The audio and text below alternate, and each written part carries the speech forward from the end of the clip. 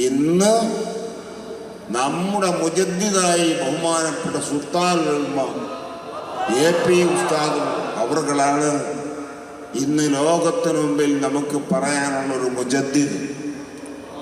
മുജദ്ദിദ് എന്ന് പറയുമ്പോൾ അത് മുജ്തഹിദും മുജദ്ദിദും ഒന്നല്ല.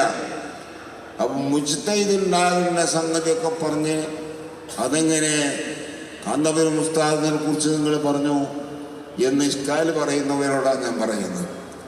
ഏതായിരുന്നാലും അതെൻ്റെ വിഷയമല്ല. ഞാൻ പറയുന്നത് നാം ഉസ്താദിൻ്റെ പിന്നിൽ അണിനിരന്നവരാണ്.